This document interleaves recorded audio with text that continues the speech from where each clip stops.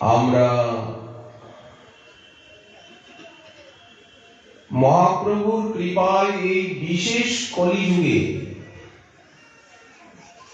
জন্মগ্রহণের ভাগ্য পেয়েছি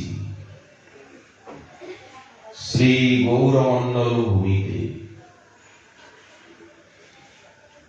বাঙালি শরীর পেয়েছি, বাংলায় জন্মগ্রহণের ভাগ্য হয়েছে।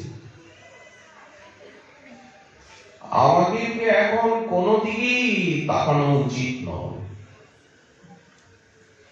কারোই উপাসনায় আমাদের প্রয়োজন নেই। আমরা যেন একমাত্র আমাদের বাঙালি জাতির প্রাণ দেবতা অধীশ্বর বাংলার মহামহেশ্বরেশ্বর শ্রী শ্রী নিতাই গৌরাঙ্গ সুন্দরীর কায় মনোবাক্যে আরাধক হতে পারি। গৌর ভক্তগণ আমাদিগকে কৃপা করুন, আমরা যেন শুদ্ধ ভক্তির চরণ রেণু চরণ সেবার আনুগত্যের অধিকার প্রাপ্ত হই। শুদ্ধ ভগত চরণ রেণু ভজনের অনুকূল। বারবার শাস্ত্র তারস্বরে ভাগবতাদি ভক্তি গ্রন্থ ঘোষণা করছেন যে মুক্তি মুক্তি সিদ্ধি বাঞ্ছা মনে যদি হয়, ভজন করিলেও প্রেম উৎপন্ন না হয়। এই জন্য অন্য কর্ম, অন্য জ্ঞান, অন্য অভিলাষকে বর্জন করে কৃষ্ণের সুখের নিমিত্ত হরিগুরু বৈষ্ণবীর প্রীত্যর্থে যে ভজন, তাকেই শুদ্ধ ভক্তি বলা হয়। ইহা হইতে প্রেম হয়। ভাগবতী পঞ্চরাত্রে এই লক্ষণ করে। যারা সেই শুদ্ধ ভক্ত, শুদ্ধ ভজন, অন্য অভিলাষ শূন্য চিত্ত, অন্য অভিলাষ ছাড়ি জ্ঞান কর্ম পরিহরি, আমি কায় মনে করিব ভজন। দেহের দ্বারা, মনের দ্বারা, বাণীর দ্বারা, এই তিন প্রকার ভজন। ঋষিকে গোবিন্দ সেবা, আমি না বুঝিব দেবী দেবা। আর কারো আরাধনা করব না। আরাধনানাং সর্বেষাং বিষ্ণুর আরাধনং পরম। ভগবান শ্রীকৃষ্ণের আরাধনাই সর্বোপরি। যেখানে মহাপ্রভু আমাদিগকে রাধারানীর আরাধনা দিয়েছেন গান্ধর্বিকার, রাধা মাধবী, অন্য দিকে ক্ষুদ্র কামনা বুকে নিয়ে দেব দেবী উপাসনাই বা কেন করব? দেব দেবী কি আমাকে প্রেম ভক্তি দেবেন? ভগবন্ধনের থেকে মুক্ত করতে পারবেন? ভগবান শ্রীমদ্ ভগবত গীতায় বললেন, মাম এব যে প্রপদ্যন্তে।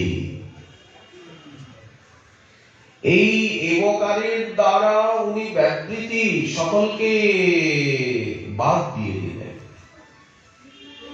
হে অর্জুন, যারা কেবল মাত্র আমার শরণ নেয়, আমারই ভজন করে, তারাই এই দুরত্যয়া এতাম মায়াং তরন্তি নতু অন্যে। মায়াকে জয় করে যান, অন্যে নয়, অপরে নয়। এই জন্য না পুজিব দেবী দেবা। এই দেখুন, এখানে কোন দেব দেবীর চিত্র আছে? রাধা মাধব শ্রীমন মহাপ্রভু আচার্য বর্গ গুরুবর্গ ছাড়া আর কারো আরাধনা নয়। তস্মাৎ পরতরং দেবী। শ্রীমন মহাদেবীকে বলছেন ভগবত আরাধনার থেকেও ভক্তের আরাধনা শ্রেষ্ঠ। কৃষ্ণ পাইতে যার আছে অভিলাষ, সে ভজুক তার মঙ্গল প্রিয় দাস। দাসীরে সেবিলে সে কৃষ্ণ ভক্তি মেলে। চৈতন্য ভাগবত। তোমরা সে পারো কৃষ্ণ ভক্তি সে দিবারে। ভক্তির ভান্ডারী শুদ্ধ ভক্তগণ, গৌর ভক্তগণ। এই জন্য শুদ্ধ ভগত চরণ রেণু ভজনের অনুকূল, বাকি সবই প্রতিকূল। ভগত সেবা পরম সিদ্ধি। সবচেয়ে বড় সেবা কি? এই হরিনাম হরি কথা শুনিয়ে ভক্তগণকে আনন্দ দেওয়া। এর থেকে বড় সেবা আর নেই, হতে পারে না। ওই জন্য রাধারানী স্বয়ং গোপীজিকে বললেন, তব কথামৃতম, তোমার কথাই তো অমৃত। সংসার তাপে যারা তপ্ত, সেই তত্ত্বজনের কাছে জীবন অর্থাৎ জল, জল যেমন অগ্নিকে শীতল করে নির্বাপক শামক, তেমনি তোমার কথামৃত যখন কর্ণদ্বার দিয়ে হৃদয়ে প্রবেশ করে, এই ত্রিতাপ জ্বালা চিরতরে নির্বাপিত হয়ে যায়, হৃদয় সুশীতল হয়। তপ্ত জীবনম। রাধারানী বলছেন, এ কথা আমরা বলি না, ব্যাস, শুক, নারদাদি, সনকাদি সমস্ত মুনীন্দ্র, নির্বৃত্ত তর্ষ বিদ্বানগণ এ কথা সব সময় বলেন। তারা তোমার কথামৃতে স্তুতি করেন। ভাগবতী, পুরাণে, বেদে, উপনিষদে সর্বত্র হরিনাম হরি কথা হরি ভজনে মহিমা। কবিভিরিতম ইরিতম স্তুতম কলমশাপহম। ভজনের যে বিঘ্ন, অপরাধ, অন্তরাল, হরিকথা শ্রবণে, হরিনাম শ্রবণে বিনষ্ট হবে। অপরাধ তো আছেই, অপরাধ না থাকলে তো এক কৃষ্ণ নামেই প্রেমোদয় হতো। এক কৃষ্ণ নাম করে সর্ব পাপনাশ। প্রেমের কারণ ভক্তি করে প্রকাশ, সাধন ভক্তিকে প্রকাশ করে, 64 ভজনাঙ্গকে প্রকাশ করে হরিনাম। প্রেমের উদয় হয় প্রেমের বিকার, পুলক কম্প গদগদ অশ্রুধার। অনায়াসী ভবক্ষয় কৃষ্ণের সেবন। এক কৃষ্ণ নামের ফলে পাইয়ে এত ধন। এক কৃষ্ণ নামই প্রেম প্রাপ্তিতে যথেষ্ট। কিন্তু হায়, কত কৃষ্ণ নাম গৌর নাম নেওয়া হলো, কিন্তু না কেউ পুলকিত হচ্ছে না। হরে কৃষ্ণ বলতে বলতে নয়নে নীল, চোখে জল আসছে। কেন? বিলম্বে হেতু কি? কেন এত দেরি হচ্ছে? ওই তাহে জানি অপরাধ আসলে প্রচুর। অপরাধ কম বেশি সবারই আছে। অপরাধ না থাকলে তো প্রেমোদয় হয়ে যেত। নামগ্রহণং খলু বৈকুণ্ঠ আরোহণম। অজামিল নাম নিলেন, চলে গেলেন। মহাপ্রভু সর্বশক্তি নামে প্রভু করিলা সঞ্চার। আমার দুর্দৈব নামে কৃষ্ণ কথায় নাহি অনুরাগ। কিন্তু উপায় এই কৃষ্ণ নাম, কৃষ্ণ কথাই ভবরোগের ঔষধ। আর কোন উপায় নেই। নিরন্তর নাম নিতে নিতে নিতে নিতে অপরাধের এই কুজ্ঝটিকা, এই কুয়াশা, সকালবেলা যেমন চারিদিকে কুয়াশা সাদা, কিন্তু যেই প্রতপ্ত তপন সূর্যের উদয় হলো, ধীরে ধীরে ধীরে ধীরে কুয়াশা যেমন লুপ্ত হয়ে গেল। স্বচ্ছ দিগন্ত, শীতের জড়তা কেটে গেল, অন্ধকার নেই আনুষঙ্গিক ভাবে। তেমনি নামাভাসী ভবরোগ দূরে যাবে, অবিদ্যা দূরে যাবে, নবধা ভক্তির প্রাপ্তি হবে, অনর্থ নিবৃত্তি হবে, প্রেমোদয় হবে। হরিকথা শুনতে শুনতে, অবিরাম হরিনাম নিতে নিতে কবি কৃষ্ণ নাম করিতে উচ্চারণ, পুলকিত দেহ গদগদ বচন, বৈবর্ণ বিপথু হবে সংঘটন, অবিরাম নেত্রে ববে অশ্রুধার। একটু বিলম্ব লাগবে, কিন্তু হবে। মহাপ্রভু আমাদেরকে এই নাম প্রেম মালাগাছি পড়াইল সংসার। প্রেম মাখানো নাম, নামের ভিতরে প্রেম। এই হরিনামের মালা পরিয়ে দিয়েছেন নিতাই চাঁদ গৌরমণ্ডলীর গৃহে গৃহে গিয়ে, দ্বারে দ্বারে গিয়ে এই হরিনাম দিয়েছেন। মহাপ্রভুর আজ্ঞা, মথিয়া সকল তন্ত্র, হরিনাম মহামন্ত্র, নিতাই করে হরি জীবের শিখা। এই যে বর্তমান প্রেমের যুগ, ভক্তির যুগ, প্রণমঃ কলিযুগ সর্বযুগ সার।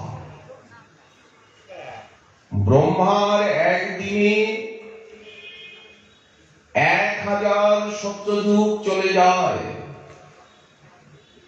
1000 ত্রেতাও বিদায় নেয় কালস্রোতে।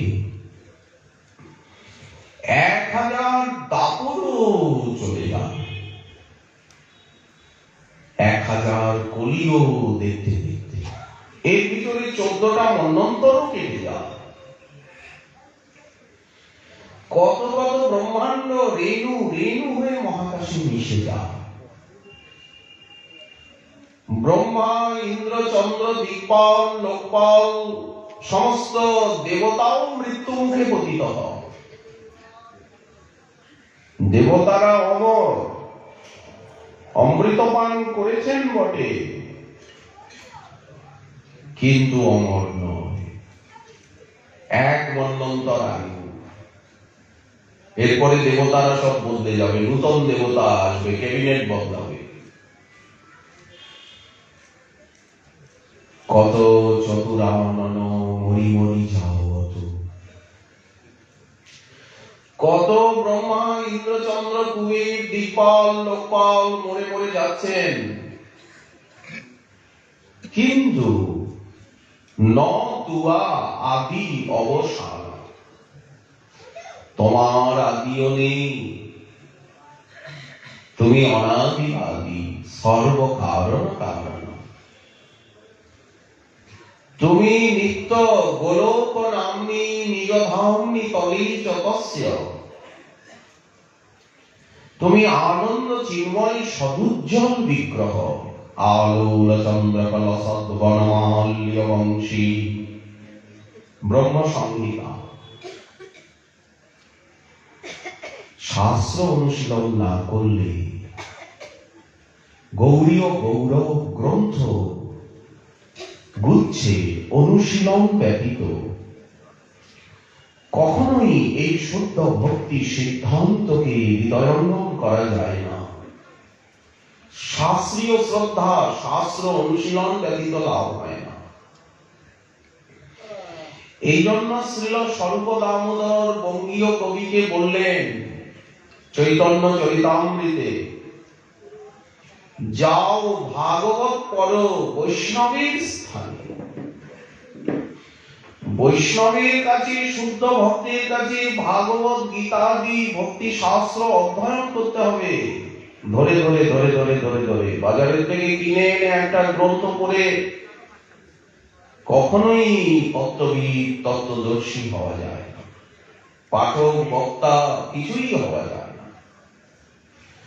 আমনায় ধারায় গুরু পরম্পরায় গুরুবর্গের কাছে থেকে অনুশীলন করতে হবে। দীক্ষাগুরু, শিক্ষাগুরু, বিদ্যাগুরু, পাদপদ্মগণের কাছে বসে বসে শিখতে হবে।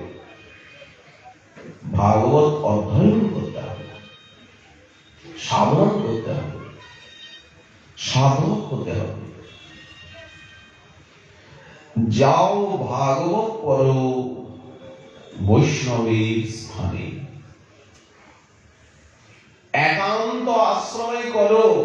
আমি নয় ভাগবত অধ্যয়নই করলাম, গীতা অধ্যয়ন, ভক্তি শাস্ত্র গুরুবর্গের কাছে, শ্রী গুরুদেবের কাছে অধ্যয়ন করলাম, কিন্তু আমি যদি ভজনশীল না হই, আমার জীবনের লক্ষ্য যদি কাম কাঞ্চন কীর্তি হয়, যদি বিষয় ভোগী হয়, সম্মান মালা পরা, লোকালিটি মরালিটি ফ্যাসিলিটি যদি হয়, ভক্তি পাবো কি? শান্তি পাবো কি? আমার চেতদর্পণ মার্জিত হবে কি? ভবমহা দাবাগ্নি নির্বাপিত হবে কি?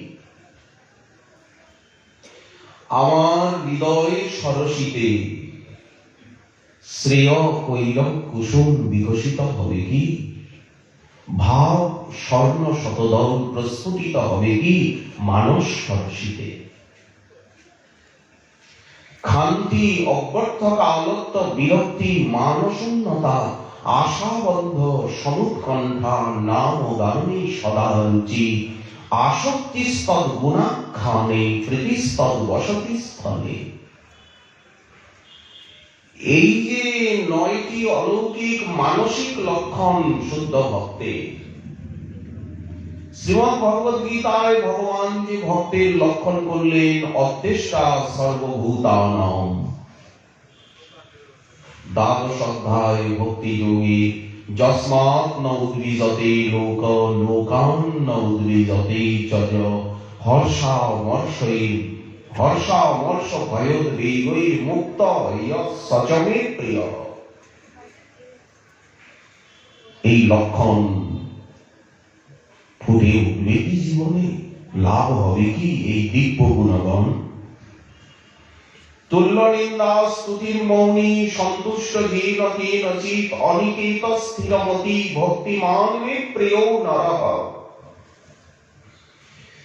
এই যে শুদ্ধ ভক্ত অজাত শত্রব শান্তः সাধব সাধুভূষণः। সব জায়গায় ভক্তের লক্ষণ বলা হয়েছে, সাধুর লক্ষণ বলা হয়েছে। ঋষভদেব তার পুত্রগণকে উপদেশ দিচ্ছেন শ্রীমদ্ ভাগবতে পঞ্চম স্কন্ধে, মহান্তস্তে সমচিত্তাঃ প্রশান্তাঃ বিমন্নব সুহৃদঃসাধব যে ইয়ে বা ময়ীষী কৃতসৌহৃদার্থা। সেই শুদ্ধ ভক্তের যে মহিমা, ভগত সেবা পরম সিদ্ধি প্রেম লতিকার মূল। ভক্তি লতার প্রেম লতার মূল হচ্ছে ভক্তের সেবা, ভক্ত কৃপা। মহৎ কৃপা বিনা কোন কর্মে ভক্তি নয়। কৃষ্ণ ভক্তি দূরে রহু। আজ যে আমরা হরিকথার প্রাঙ্গণে এসেছি, আপনাদের সেবার ভাগ্য লাভ করেছি, আমরা যে গৌরমণ্ডলে আসতে পেরেছি, এর মূলে রয়েছে করুণা সিন্ধু শ্রী গুরুদেবের কৃপা। দীক্ষা গুরু পাদপদ্ম, শিক্ষা গুরু পাদপদ্ম, বিদ্যা গুরু পাদপদ্ম এবং সমস্ত গৌর ভক্তগণের, সমস্ত পূজ্য মহাপুরুষ মহাত্মাগণের কৃপা। করুণা ছাড়া, কৃপা ছাড়া এই পথে এক নিমিষ কাল কেউ দাঁড়াতে পারবেন না। এই পথটা এত পিচ্ছিল, এত কণ্টকাকীর্ণ, কালকলির বলিন ইন্দ্রিয় বৈরী বর্গা শ্রী ভক্তি মার্গ ইহ কণ্টক কোটি রুদ্ধ ক্বজামি বিকলক কিমহং করৌমি চৈতন্য চন্দ্র যদি নাদ্য কৃপাং করোষি। প্রবোধানন্দ সরস্বতী পাদ চৈতন্য চন্দ্রাঞ্জলিতে বলছে, যদি তুমি কৃপা না করো হে চৈতন্য চন্দ্র, ভক্তি মার্গ দিন দিন কোটি কণ্টকে রুদ্ধ হয়ে গেল। শুদ্ধ ভক্তি ধীরে ধীরে গুপ্ত হয়ে যাচ্ছে। সকলে বলছে যে 30 বছর আগে যমুনায় এত স্রোত ছিল, এত প্রবাহ ছিল, এত জোয়ার ভাটা ছিল, এখন কল্যাণী ওইদিকে যমুনা বন্ধ হয়ে গেছে, এইদিকেও ইছামতির মুখে যমুনাকে বন্ধ করে দেওয়া হয়েছে। যমুনাকে ছোট ছোট পুকুর বানিয়ে ঘিরে নেওয়া হয়েছে, তার ভিতরে ঘর বাড়ি উঠে গেছে। যমুনা মজে যাচ্ছে, স্রোতকে হারিয়ে ফেলছে, একেবারে শৈবালে কচুরি পানায় ঢেকে যাচ্ছে।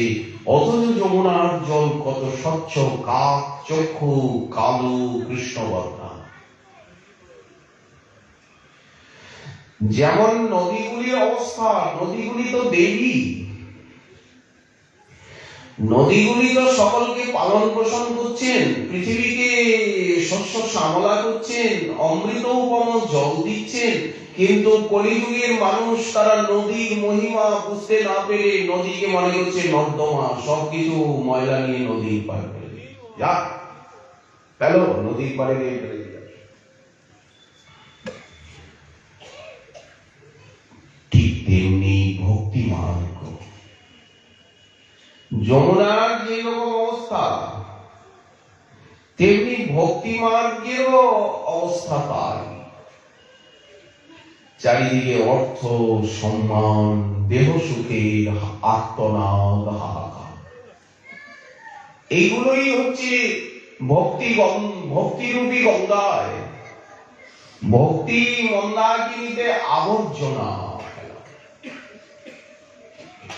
হরিনাম হরিকথা হরিসেবার মধ্যে যখন দেহ সুখ এসে গেল, সম্মান এসে গেল, তখন সেই আনন্দ মন্দাকিনীতে জননী জাহ্নবীতে গঙ্গার পাড়ে গিয়ে দেখুন গঙ্গায় লোকে সব আবর্জনায় ফেলছে, নর্দমা।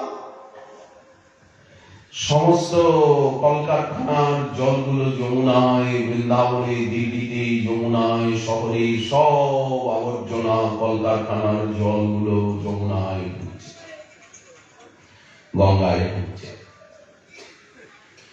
যমুনা গঙ্গা যে দেবী, সেই অনুভূতি আজ ভারতবর্ষবাসী হারিয়ে ফেলেছে। নালার মূল্য, নালার মর্যাদাও, নর্দমার মর্যাদাও দিচ্ছে না। ঠিক তেমনি ভক্তি জগৎ, ভক্তি মার্গ কণ্টক কোটি কোটি কোটি কাটায় রুদ্ধ হয়ে গেল। অথচ কুসুমাবৃত এই পথ, শ্রীমদ্ ভাগবতী নবযোগীন্দ্র সংবাদে এসেছে, দেবর্ষি নারদ বলছেন, ধাবন নিমিল্লবা নেত্রে, এইটা প্রশস্ত রাজপথ, এত চওড়া যে কেউ যদি চোখে হাত দিয়েও ছুটে পড়বে না, পথ ভুল করবে না, অলি গলিতে চলে যাবে না। এত প্রশস্ত রাজপথ। ভক্তি তো রাজপথ, বাকি তো সব জ্ঞান কর্ম, এগুলি তো অলি গলি, এগুলি তো ভগবানকে পাইয়ে দেওয়ার পক্ষে যথেষ্ট নয়।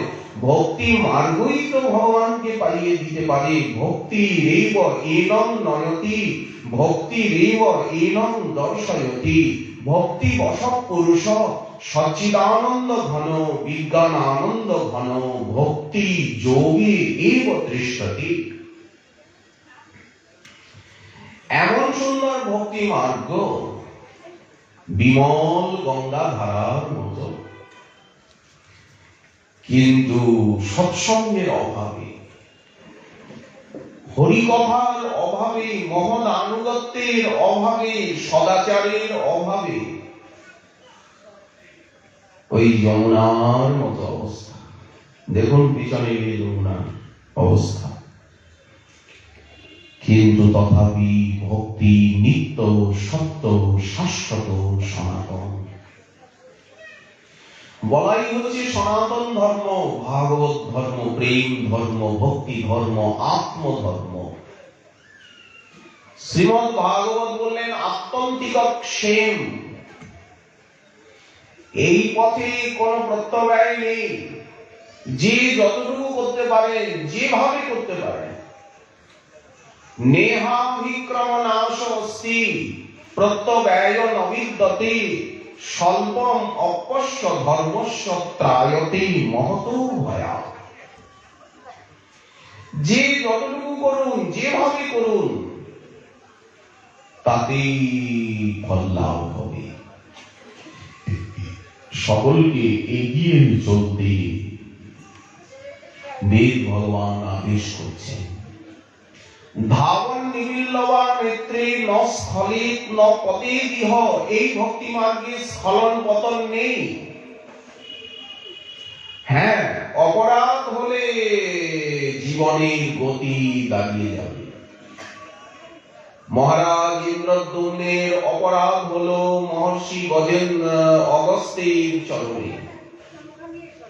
কর্ণাটকের রাজা পাণ্ডবংশীয় মহারাজ ইন্দ্রদ্যুম্ন, ভাগবতী অষ্টম স্কন্ধে এসেছে গজেন্দ্র উপাখ্যানে। মহর্ষি অগস্ত্যের চরণে অপরাধ হলো হাতি হয়ে জন্মালেন ক্ষীর সাগরের ভিতরে। ভক্ত যদি অপরাধ করেও সাধারণের মতো তার গতি হয় না। ওই যে বিষ্ণু ভক্ত রাজা ইন্দ্রদ্যুম্নের জন্ম হলো ক্ষীর সাগরের মাঝখানে ত্রিকুট পর্বতে। 1000 বছর কুমিরের সঙ্গে আর হাতির লড়াই চলল। শেষে ভগবানকে স্তুতি করলেন, ভগবান প্রকটিত হয়ে গেলেন। উনি তো ক্ষীরসাগরে নিবাস সততই করছেন। গজরাজের স্তুতি ভাগবতী বিশেষ মহত্বপূর্ণ।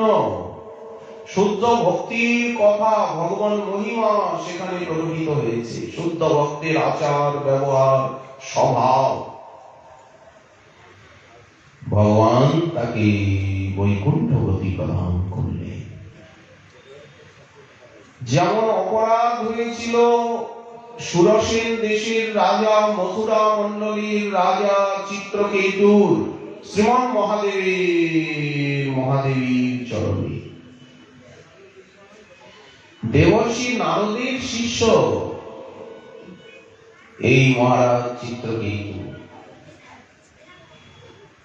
ব্রহ্মার পুত্র মহর্ষি অঙ্গিরার কৃপাপ্রাপ্ত 1 কোটি বিবাহ করেছিলেন, কিন্তু সন্তান হয় না। শেষে মহর্ষি অঙ্গিরার কৃপায় একটা সন্তান লাভ করেছিলেন। সেই সন্তানটাও অকালে মৃত্যু মুখে পতিত হয়।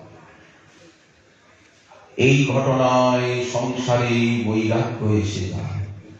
দেবর্ষি নারদ তাকে সংকর্ষণ মন্ত্রে দীক্ষা দিয়ে সংসারের থেকে বাইরে বের করে নিয়ে যান। মাত্র 7 দিন উনি মন্ত্র সাধনা করে গন্ধর্বগণের অধিপতি হয়ে দিব্য বিমানে ভ্রমণ করতে করতে কৈলাসে গিয়ে উপস্থিত হন। 7 দিনে শঙ্কর্ষণ ভগবানের মন্ত্র জপ করে তিনি গন্ধর্বগণের রাজা হয়ে আর কি করে কৈলাসে চলে গেলেন? বললেন গুরুদেবের কৃপা, মন্ত্র শক্তি, এখানে কোনো বুদ্ধি খাটবে না, অচিন্ত শক্তি, মণি মন্ত্র মহংস থেকে। দেখছেন কৈলাসে বৈষ্ণবরাজ শ্রীমন মহাদেব তিনি ভগবতী জগদম্বা দেবী নারায়ণী অম্বিকাকে কোলে বসিয়ে, ভগবতী তিনি মহাদেবী মহাদেবকে এত ভালোবাসেন যে মহাদেবের কোলে বসে আর উনি হরিকথা শ্রবণ করছেন। চারিদিকে সমস্ত ঋষি মুনিবৃন্দ, বিরাট সভা,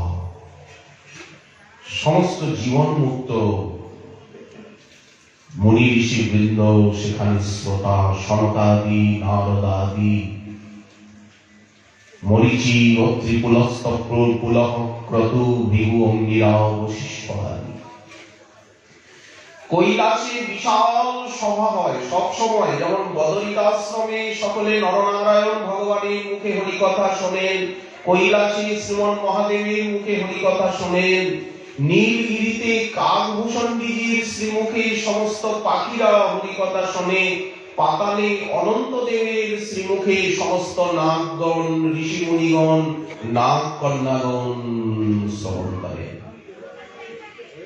সব জায়গায় হরি কথা আছে, হরি সংকীর্তন আছে, হরি ভজন আছে, স্বর্গেও আছে। দেবতাগণের সবাই, ইন্দ্র সবাই, দেবর্ষি নারদ নাচ গান করে সকলকে আপ্যায়িত করেন, ভগবানের কথা শোনা। দেবর্ষি নারদ সব জায়গায় ঘুরছে।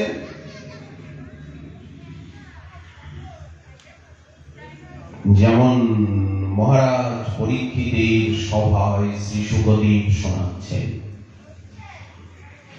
যেমন নৈমিষারণ্যে সৌনকাদি ৬০ সহস্র ঋষি, কোথায় আছে ৬০,০০০ ঋষি, কোথায় আছে ৮৮,০০০ ঋষির ভিতরে বসে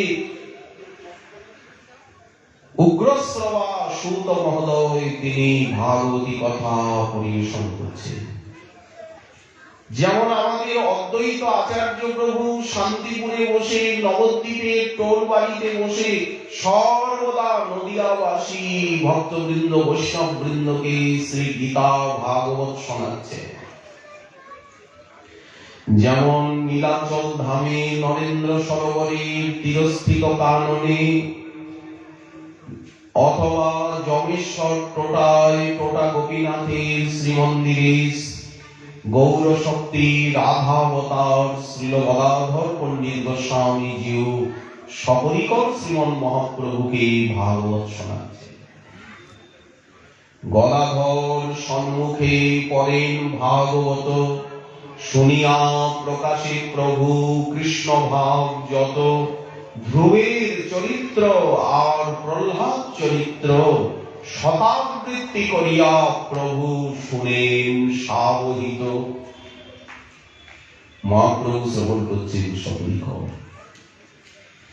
গদাধর পণ্ডিত গোস্বামী পাদের শ্রীমুখে ধ্রুবের চরিত্র, প্রহ্লাদ চরিত্র মহাপ্রভুর বড় প্রিয়। গদাধর আমি অন্যমনস্ক হয়ে একটু অন্যমনস্ক হয়ে গিয়েছিলাম। মহাপ্রভু তো সবসময় হরিনাম করছেন, হরে কৃষ্ণ সংখ্যা রাখছেন। সংখ্যাপূর্বক যে হরিনাম গ্রহণ করতে হবে এটা মহাপ্রভুরই আদেশ। প্রভু কহে কহিলাম এই মহামন্ত্র,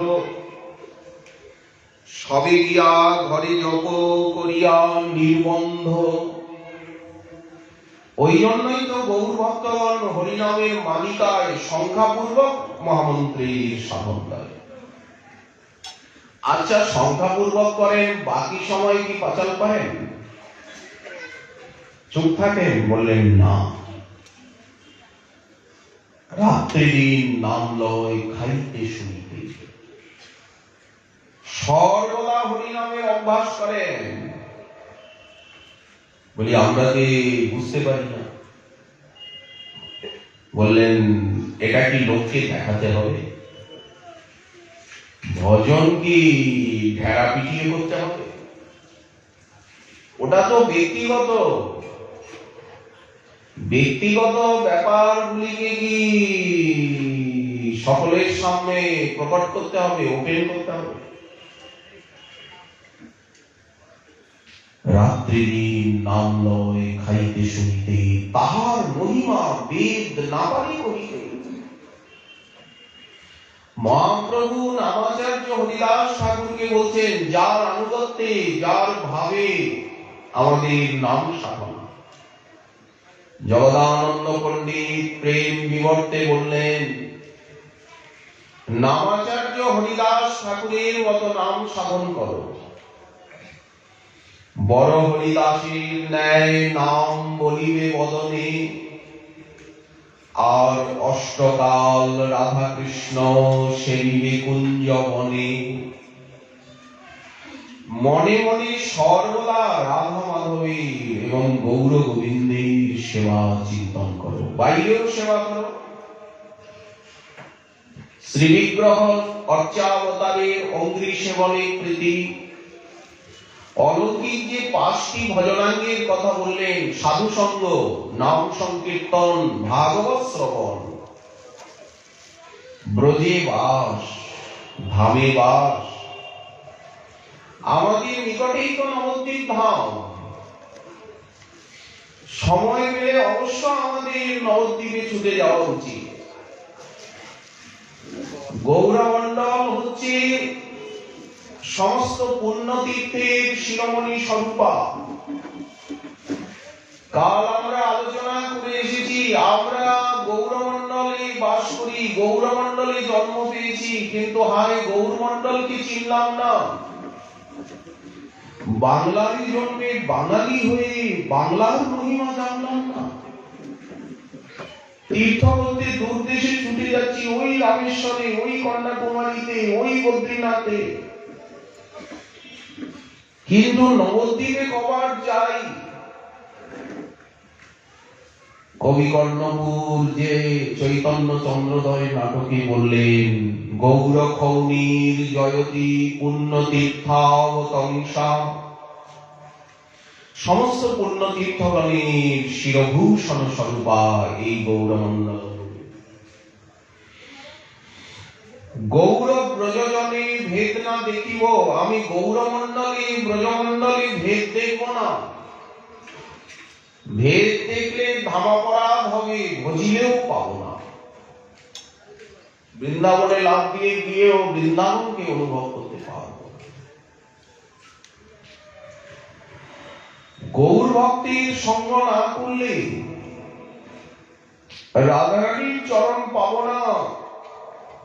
গৌর প্রেম রসার নবে, সে তরঙ্গে যেবা ডোবে। যে গৌরাঙ্গের নাম লয় তার হয় প্রেমদয়, তারই হয় প্রেমদয়, অন্যের নয়। তারই হয় প্রেমদয় যে গৌরাঙ্গের নাম লয়। যিনি চৈতন্য ভাগবত, চৈতন্য চরিতামৃতের অনুশীলন করেন, তারই চোখে জল আসে। তারই হৃদয় দর্পণ মার্জিত হয়। অন্নাবিলাস, অন্ন মিশ্রণ, অন্নাকাঙ্ক্ষা রূপী মালিন্য যে এই হৃদয় আয়নার উপরে পড়ে আছে, এই আয়নাটা পরিষ্কার। আয়নার উপরে যদি ধুলোবালি জমে থাকে তো প্রতিবিম্ব সেখানে দেখা যায় না। তেমনি গৌরাঙ্গীর মধুর লীলা, সর্বোত্তম নরলীলা, শ্রীকৃষ্ণের যত লীলা তার ভিতরে সর্বোপরি হচ্ছে নরলীলা। নৃসিংহ, বামন, যজ্ঞদত্ত, বরাহ, ঋষভ, কত অবতার, কি কহিব কত শত তুয়া অবতার, কিন্তু একই গৌরাঙ্গ চাঁদ পরানো হামা। বাসুদেব ঘোষ বলছেন, কত তোমার অবতার, যুগাবতার, মন্বন্তরাবতার, সপ্তাবিশ অবতার, লীলাবতার, পুরুষাবতার, গুণাবতার, অবতার ঝসংখ্যেয়া হরে সপ্তনিধি দ্বিজা যথা বিদর্শিনকুল্লা সরস সহস্রশ। সব অবতারই বন্দনীয়, কিন্তু একই গৌরাঙ্গ চাঁদ পরানো হামা। কেন গৌরাঙ্গ আমা আপনাদের প্রাণ? হে গৌর ভক্তগণ, গৌরাঙ্গ আপনাদের প্রাণ কেন? আপনারা যে সবসময় গৌর গৌর গৌর গৌর বলছেন, আপনাদের চোখে জল, দেহ পুলকিত হচ্ছে, গৌর সেবায় আকুল। গৌর গৌর বলি যেন পথে ঘাটে চলি, গৌর প্রেমে মত্ত হয়ে যেন নাচি বাহু তুলি। আপনাদেরকে দেখেই তো আমরা শিখছি কিভাবে গৌর প্রেমে মত্ত হয়ে গৌর নাম কীর্তনে বাহু তুলে নাচতে হবে। গৌর সেবা সুখ যেন কভু নহে ভঙ্গ। আচ্ছা বলুন তো, ভালো খাওয়া, ভালো পড়া, মালা পরা, উঁচু আসনে বসা, লোকের সম্মান নেওয়া, এই যে ভোগগুলো, এগুলো তো আমরা জন্ম জন্ম ভোগ করে আসছি। শ্রীমদ্ ভাগবত বললেন, এটা তো কন্ডুই অনেন করয়। এই যে সংসারে যে সুখগুলো আছে, এই সুখগুলো কি বললেন? কন্ডুয়ন। এখানে হাজা হয়েছে, খাজ খুজলি হয়েছে, দাঁত হয়েছে, একজিমা হয়েছে, তখন চুলকাতে ভারী ভালো লাগছে। উফ, কি ভালো লাগছে না চুলকাতে। আমার পিঠটা একটু চুলকে দাও না, ওই হাতাটা দাও, হাতাটা দিয়ে একটু চুলকাই। প্লাস্টিকের হাতা থাকে, দাও, পিঠটা একটু চুলকে দাও। সংসারের সুখগুলি ওই রকম, চুলকালে যেমন ভালো লাগে, কিন্তু হায় হায়, এই যে রক্ত বেরিয়ে গেল, খোস পাচরা আরো বেশি বেড়ে গেল নখ লেগে, এই জন্য ডাক্তার বলেন দেখুন চুলকাবেন না। বলি কি করব, কুটকুট করে, তখন কি করব? বলে কি করব, এরকম ওষুধটা লাগান না। শ্রীমদ্ ভাগবত বললেন, কন্ডুই অনেন করয়। আরো পরিষ্কার করে ভাগবত বললেন যে বমনের মতো বান্তাসী শব্দ এসেছে, বমি, চর্বিত চর্বণ। প্রহ্লাদ মহারাজ বললেন, পুনঃ চর্বিত চর্বণান। যখন হিরণ্যকশিপু তাকে প্রশ্ন করলেন যে তুমি যে গুরুদেব ষণ্ড এবং অমরকের পাঠশালায় পড়াশোনা করছো, গুরুদেব যে পড়াচ্ছেন, কোন পাঠ্য বিষয়ে তোমার বেশি রুচিকর? শিক্ষক জিজ্ঞাসা করেন, প্রিয়বর, পাঠ্যসূচি তো অনেক, কোন বিষয় নিয়ে তোমার বেশি ভালো লাগে? হিরণ্যকশিপু নিজ পুত্রকে কোলে বসিয়ে জিজ্ঞাসা করছেন, বৎস প্রহ্লাদ, আদর করতে করতে। তুমি যে গুরুকুলে অধ্যয়ন করছো, তোমার প্রিয় পাঠ্য বিষয় একটু তুমি আমাকে শোনাও, বলো।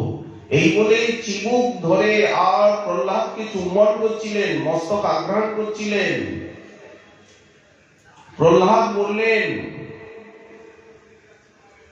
হে অসুরবর্জ্য, পিতা বলছেন না, বলছেন হে অসুর শ্রেষ্ঠ, আমি গুরুকুলের সমস্ত পড়াই মন দিয়ে পড়ি, কিন্তু আমার সবচেয়ে বেশি ভালো লাগে এই সংসার, এই গৃহরূপী জল শূন্য বিরাট যে একটা কুয়ো। আমার মনে হয় আমি জল শূন্য বিরাট একটা কুয়োর ভিতরে পড়ে আছি। এই কুয়োর বাইরে গিয়ে আমি বনে গিয়ে কবে একান্ত মনে শ্রীহরির চরণ আশ্রয় নেব, শ্রীহরির ভজন করব।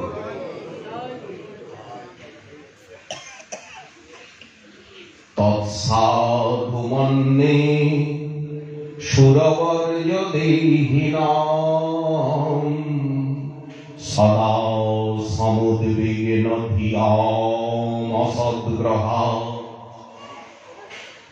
এখানে আমাদের বুদ্ধি সবসময় উদ্বিগ্ন, কি হবে, কি হবে, কি হবে, কি হবে। অসৎ বিষয়ে আগ্রহবশত উদ্বিগ্ন ধী, স্থির হতে পারছি না। তৎসাধু মন্যে সুরবর্য দেহিনাম সদা সমুদ্বিগ্ন ধিয়াম অসদ্গ্রহা হিত্বাত্মপাতম। এখানে আত্মপাত, আত্মঘাত, আত্মহত্যা হচ্ছে। বারবার আমি আমাকে হত্যা করছি, বারবার আমি অধঃপাতিত হচ্ছি, উপরে উঠতে পারছি না, বারবার নিচে পড়ে যাচ্ছি পিছিয়ে। হিত্বাত্মপাতম গৃহমন্ধকূপম।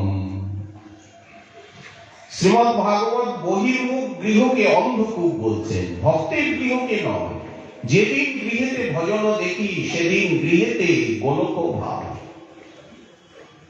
যেদিন গৃহে দেখছি সকলে নাম সংকীর্তন করছি, সকলে ভজন করছে, তখন মনে হয় না আমি গৃহে নেই, আমি গোলকেই আছি।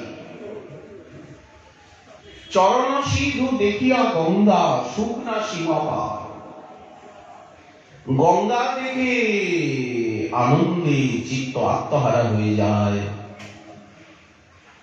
পদনখ নীর জনিত জন পাবন।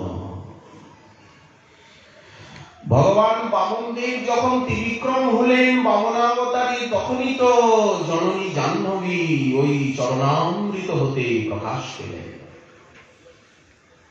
ব্রহ্মা কমণ্ডলুতে ধারণ করলেন, মহাদেব তার জটা কলাপে পুরো চরণামৃতকে ধরে নিলেন। যৎপাদ শৌচ শরীর প্রবরৌ দকেন তীর্থেন মূর্ধ্নি অধিকৃতেন শিব শিব ভূত। আজ মহাদেব এত মহিমান্বিত হয়েছেন, বৈষ্ণবরাজ হয়েছেন, কেন বলে শ্রীহরির চরণামৃতকে মস্তকে ধারণ করে গঙ্গাধর এত ভজন মঙ্গল প্রদাতা হয়েছেন, এত ভক্তিমান। শিব শিব ভূত, শিব শব্দের অর্থ হচ্ছে কল্যাণ। উনি কল্যাণদ, ক্ষেমদ, প্রেমদ, নামদ, ভক্তিদ, জ্ঞানদ হয়েছে। যৎপাদ শৌচ শরীর প্রবর।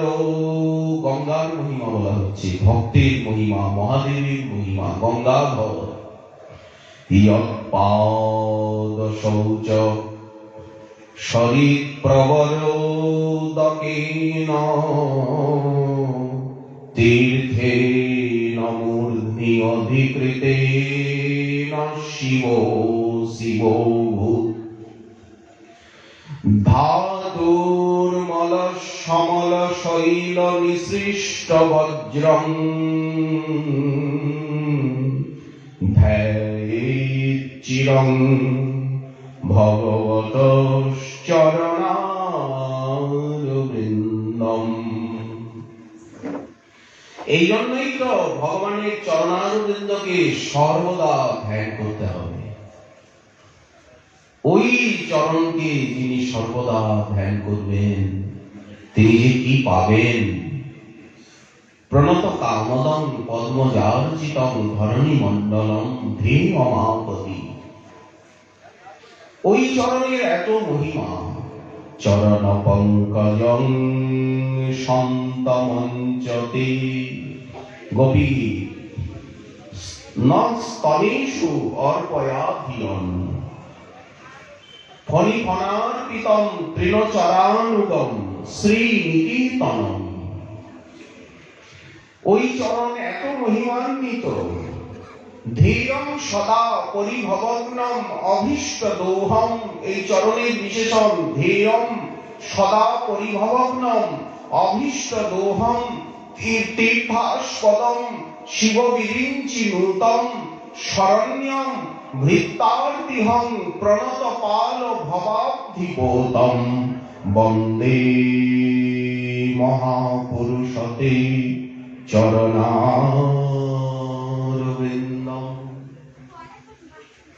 সেই চরণ আশ্রয় করতে, সেই চরণের সেবা করতে কার না ইচ্ছা জাগে।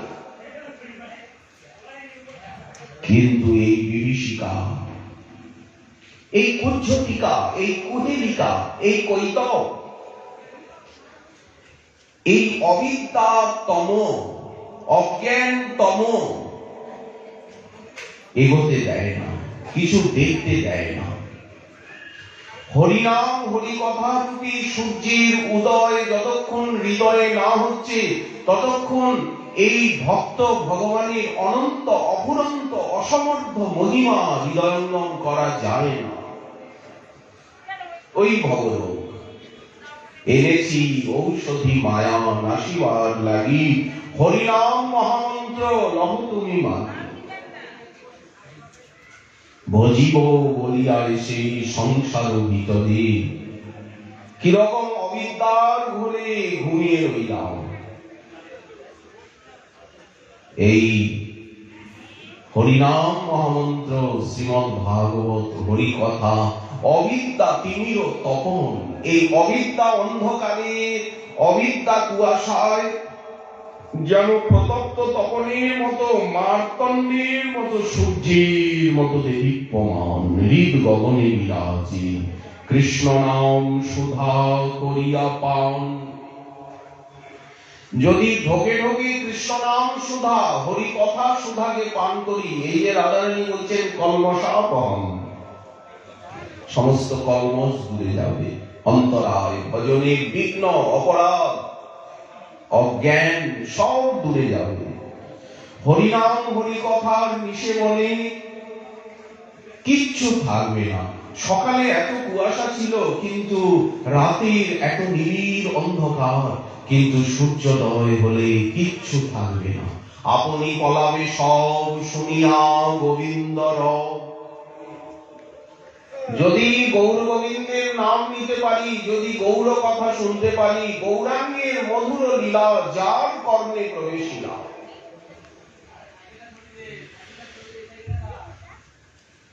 কৃষ্ণ লীলা সর্বোপরি, সর্বোত্তম নরলীলা। নরগোপু তাহার স্বরূপ, গোপবেশ বেণুকর নবকিশোর নটবর নরলীলার হয় অনুরূপ। সনাতন শিক্ষা শ্রী চৈতন্য চরিতামৃত। কৃষ্ণলীলা সর্বোপরি। মহাপ্রভু রামানন্দ রায়কে জিজ্ঞাসা করছেন শ্রবণের মধ্যে শ্রেষ্ঠ কোন শ্রবণ? চৈতন্য চরিতামৃত মধ্যলীলা অষ্টম পরিচ্ছেদ রামানন্দ সংবাদ। সেখানে মহাপ্রভু প্রশ্ন করছেন, রামানন্দ রায় উত্তর দিচ্ছেন। যেমন ভাগবতে একাদশ স্কন্ধে উদ্ধব মহাশয় প্রশ্ন করছেন, দ্বারকানাথ উত্তর দিচ্ছেন। সংক্ষিপ্ত প্রশ্ন, সংক্ষিপ্ত উত্তর, এক কথায় প্রকাশ। মিতং সারঞ্চ বাগ্মিতা। অত কথা নয়, এক কথায়, ছোট কথায় সব কথা বলতে হবে। মহাপ্রভু জিজ্ঞাসা করলেন, প্রিয় সখে রামরায়, শ্রবণের মধ্যে শ্রেষ্ঠ কোন শ্রবণ? রাধা কৃষ্ণের প্রেমলীলা কর্ণ রসায়ন। রামানন্দ রায় উত্তর দিলেন, ভক্তি সন্দর্ভে আমাদের আচার্য চরণ শ্রীল জীব গোস্বামী পাদ বললেন, শ্রবণের ভিতরে ভাগবত শ্রবণন্তু পরম শ্রেষ্ঠম। ভাগবত শ্রবণ সর্বোপরি। কেন? বলেন, তাদৃশ প্রভাবময় শব্দাত্মকত্বা পরম রসময়ত্বাচ্চ। দুটো হেতু দেখালেন। ভাগবতীর শব্দ অক্ষর পরম প্রভাবময় এবং পরম রসময়। ভাগবতী তো লেখা আছে, ভাগবতীর মহিমা নিগম কল্পতরোর গলিতং ফলম সুখমুখাদমৃত দ্রব সংযুতম পিবত ভাগবতং রসমালয়ম মুহুরহ রসিকা ভুবি ভাবুকাঃ। ভাগবতীর মহিমা বারবার এসেছে। শ্রীমদ ভাগবতং পুরাণমমলম ইয়দ বৈষ্ণবানাং ধনম। বৈষ্ণবগণের ধন। যাও ভাগবত করো, বৈষ্ণবের স্থানে একান্ত আশ্রয় করো চৈতন্য চরণে। গৌরলীলা কৃষ্ণলীলা কে করে বর্ণন? বললেন, গৌর কৃষ্ণ যার হন প্রাণধন। গৌরাঙ্গকে প্রাণধন না করলে তো আর গৌরলীলা কৃষ্ণলীলা বলা যাবে না। রাধারানীর কথা কে বর্ণন করবেন? বলেন, রাধারানী যার প্রাণেশ্বরী, তিনি তো রাধারানীর মহিমা জানেন। গৌরলীলা কে অনুভব করবে? বলেন, গৌরাঙ্গ যার প্রাণপতি। ধনমোর নিত্যানন্দ, পতি মোর গৌরচন্দ্র, প্রাণ মোর যুগল কিশোর। অদ্বৈত আচার্য বল, গদাধর মোর কুল, নরহরি বিরসই মোর। এই সাধনায় যিনি আবেশিত চিত্ত, বৈষ্ণবের উচ্ছিষ্ট তাহে মোর মননিষ্ঠ। বৈষ্ণবের পদধূলি তাহে মোর স্নান কেলি। তর্পণ মোর বৈষ্ণবের নাম, বিচার করিয়া মনে ভক্তি রস আস্বাদনে। মধ্যস্থ শ্রী ভাগবত পুরাণ।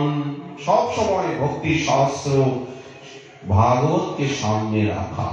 শ্রীমদ ভাগবতং প্রমাণমমলম। সব সময় ভাগবতীর চর্চা। একান্ত আশ্রয় করো চৈতন্য চরণে। মহাপ্রভু এবং নিতাই চাঁদকে নিজের আরাধ্য দেবতা বলে বরণ করে নেওয়া। আর চৈতন্যের ভক্তগণের নিত্যকর সঙ্গ, রোজ ভক্ত সঙ্গ চাই। উৎসব মহোৎসব, নিত্যানন্দ ত্রয়োদশী, বসন্ত উৎসব, গৌর পূর্ণিমা, মাঘী পূর্ণিমা, বছরে একটা উৎসব তো বণিক বাড়িতে হবেই। কিন্তু আমাদের জীবনে প্রতিদিন উৎসব আসুক, আমাদের জীবনটাই উৎসবময় হোক, আনন্দময় হোক। একদিনের উৎসব নয় আমাদের, টাকা পয়সার উৎসব আমাদের নয়। ভজনের আনন্দ, হরিনাম হরিকথার আনন্দ। ওই যে 5টি অঙ্গ বলা হলো, সাধু সঙ্গ, নাম সংকীর্তন, ভাগবত শ্রবণ, ব্রজে বাস, ধামে বাস, শ্রদ্ধায় শ্রীমূর্তি সেবন। সকল সাধন শ্রেষ্ঠ এই পঞ্চ অঙ্গ। 64 ভজনাঙ্গ। ভক্তিরসামৃত সিন্ধুতে শ্রীল রূপ গোস্বামী পাদ বললেন, নবদা ভক্তি ভাগবতে। আর শেষে গিয়ে 5টি অঙ্গকে প্রদান করলেন। দুরূহ অদ্ভুত শক্তিশালী এই অস্মিন সাধন পঞ্চকে যদি নিরপরাধ চিত্ত হয়, সদ্ধিয়াং ভাব জন্মনে, বলে অতি শীঘ্র ভাব স্তরে চলে যাবেন। কাকে ভাব বলা হয়? সাধু সঙ্গ, শ্রদ্ধা, আগে শ্রদ্ধা, সাধু সঙ্গ, ভজন ক্রিয়া, অনর্থ নিবৃত্তি, নিষ্ঠা, রুচি, আসক্তি, ভাব, ভাবের মধ্যে অনর্থ নিবৃত্তি হয়ে নিষ্ঠা, রুচি, আসক্তির পরে উনি ভাব স্তরে পৌঁছে যাবেন। এত শক্তিশালী এই 5টি সাধনাঙ্গ। কৃষ্ণ প্রেম জন্মায় পাচির অল্প সঙ্গ। রোজ আমাদিগকে এই 5টি ভজনাঙ্গের অনুশীলন করতে হবে। নিত্য শ্রবণ, যেখানেই থাকি না কেন, বৈকুণ্ঠে, নরকে, অথবা বৈকুণ্ঠেই থাকি, নরকেই থাকি, মানুষ হই, পশু হই, পাখি হই, কুকুর বেড়াল হই, তাতে আপত্তি কি? রাজর্ষি ভরত হরিণ হয়ে জন্মাবে। মহারাজ চিত্রকেতু শ্রীমন মহাদেবের ওই কৈলাসে গিয়ে উনি ওই পেছনে হরিকথা শুনছে, দেখছেন মুনি ঋষিদের সমাজ। কিন্তু ভগবতী পার্বতী দেবী উনি ব্রহ্মাণ্ড সুন্দরী, গিরিজানন্দিনী ভগবতী দুর্গার মতো সুন্দরী ব্রহ্মাণ্ডে কেউ নাই। এই যে আমরা যেমন অভিমান করি আমি সুন্দরী, পার্বতী দেবীর এমন সৌন্দর্য যে চরাচর বিমোহিত হয়ে যায়, মূর্ছা হয়ে যায়। ভাগবতী যখন রুক্মিণী দেবীর সৌন্দর্যের বর্ণনা আসছে, কুণ্ডিল নগরে শ্রীকৃষ্ণ গেছেন, ভগবতী মহালক্ষ্মী রূপিণী রুক্মিণী দেবী উনি বিবাহের পূর্বে কুলপ্রথা অনুসারে গৌরী গণপতি পূজা করে সখীর হাত ধরে ব্রাহ্মণীগণ কর্তৃক পরিবেষ্টিতা হয়ে উনি উঁচু মন্দিরের থেকে ধীরে ধীরে ধীরে ধীরে নেমে আসছেন। চারিদিকে চতুরঙ্গিনী সেনা, সশস্ত্র কঠোর নিরাপত্তা।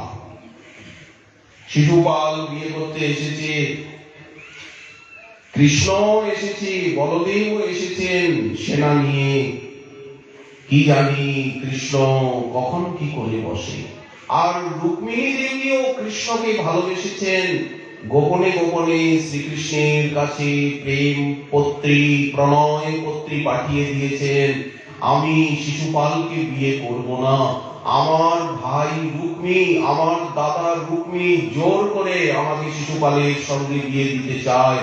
কিন্তু আমি যে তোমাকেই ভালোবেসেছি, যেদিন থেকে তোমার কথা সখীর মুখে, ভাটের মুখে, গায়কগণের মুখে তোমার গুণ শুনেছি, আমার গুণ রূপে তুমি আমার হৃদয়ে প্রবেশ করে আমার বুকটাকে শীতল করে দিয়েছো, সেদিন থেকে আমি তোমায় ভালোবেসে ফেলেছি। আমার এই জীবন তোমার চরণে সঁপে দিয়েছি। এখন আমি অসহায়া, আমি যে তোমাকে ভালোবেসে অন্তরে প্রতিরূপে বরণ করেছি।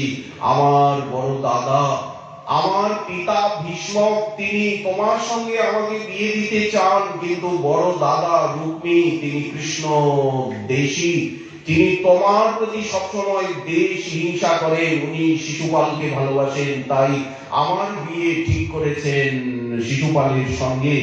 আমি গৌরী মন্দিরের থেকে গৌরী পূজা করে যখন আমি নেমে আসব, তুমি সেই রাস্তায় যদি আমাকে অপহরণ না করো, তাহলে কিন্তু আমি অগ্নিকুণ্ডে নিজের প্রাণকে বিসর্জন করব। শত জন্ম আমি অপেক্ষা করব, তথাপি আমি শিশুপালের পাণিগ্রহণ করব না।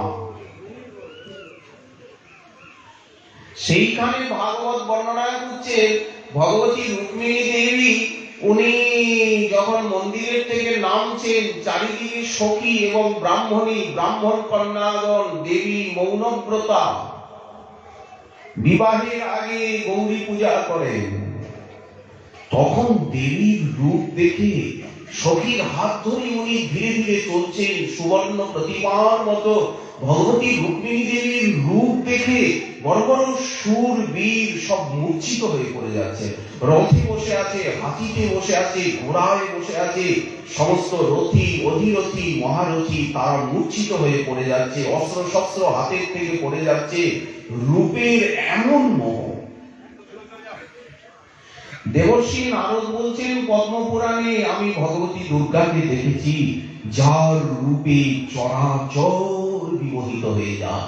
ব্রহ্মাণ্ড সুন্দরী ভগবতী জগদম্বা, গিরিজানন্দিনী, অপর্ণা দেবী দুর্গা, ওনার মতো সুন্দরী বিশ্বে কেউ নাই।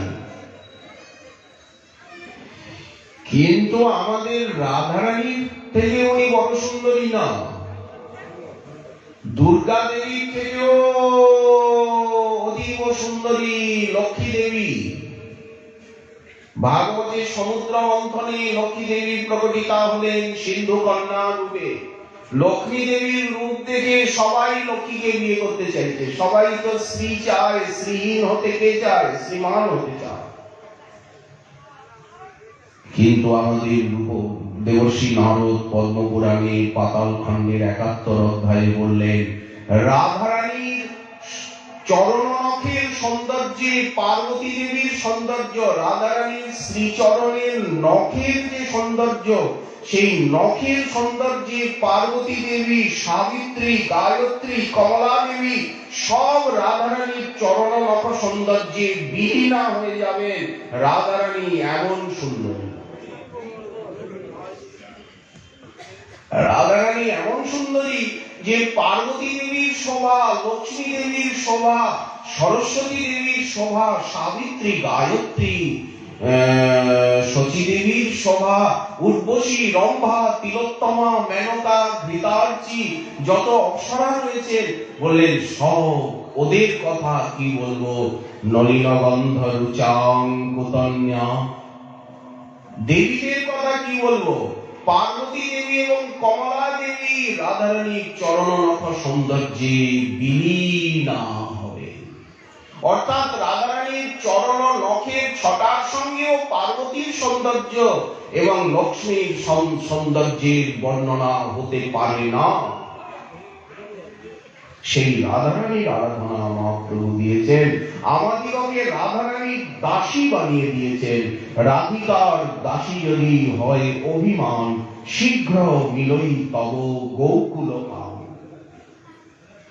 রাধিকা ভজনে যদি মতি নাহি ভেল, কৃষ্ণ ভজন তব অকারণে গেল। এইসব সিদ্ধান্ত তো আমরা মহাপ্রভুর কৃপায়, আমাদের আচার্য পাদগণের কৃপায় তো আমরা প্রাপ্ত হয়েছি। রূপ রঘুনাথ পদে হইবে আকুতি, কবে হাম বুঝব সে যুগল প্রীতি। তারাই তো আমাদেরকে রাধা মাধবের মহিমা বুঝিয়ে দিয়েছেন। এই ছয় গোসাই যবে ব্রজে কইল বাস, কে জানিয়েছেন রাধা মাধবের মহিমা, মহাপ্রভুর মহিমা? এই ছয় গোসাই যবে ব্রজে কইলা বাস, রাধা কৃষ্ণের নিত্য লীলা করিলা প্রকাশ। এই ছয় গোসাই যার, তার মুই দাস, অন্যের নয়। তা সবার পদরেণু মোর পঞ্চগ্রাস। পঞ্চগ্রাস বলতে আমরা রূপানুগ, আমাদের ভজন রাগানুগা মার্গ, ভালোবাসার মার্গ। রাগানুগা মার্গে তারি গৌর ভক্তগণের ভজন হচ্ছে রাগানুগা মার্গে। রাগানুগা মার্গে তারি ভজে যেই জন, সেই জন পায় ব্রজে ব্রজেন্দ্র নন্দন। রাধা মাধব আমাদের উপাস্য, বৈষ্ণবগণ আমাদের সঙ্গী আপন, তাদের চরণ সেবী ভক্ত সঙ্গে বাস। জনমে জনমে, এ জন্মে নয়, জনমে জনমে মোর এই অভিলাষ।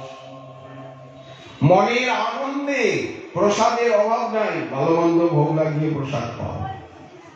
অবশ্য কালকে একাদশী, কালকে প্রসাদ নয়, ফলাহার। একজন নিরাকার মানে নিরম্বু আর সাকার। মনের আনন্দে বল হরি ভজ বৃন্দাবন। সর্বদা মনের আনন্দে হরি হরি বলো আর ভক্ত সঙ্গ করো। অসাধু সঙ্গেতে ভাই কৃষ্ণ নাম নাহি হয়, নামাক্ষর বাহিরায় বটে। হরে কৃষ্ণ বললেও কিন্তু হরে কৃষ্ণ বলা হয় না। নামাক্ষর বাহিরায় বটে, সে তো প্রভু নাম নয়।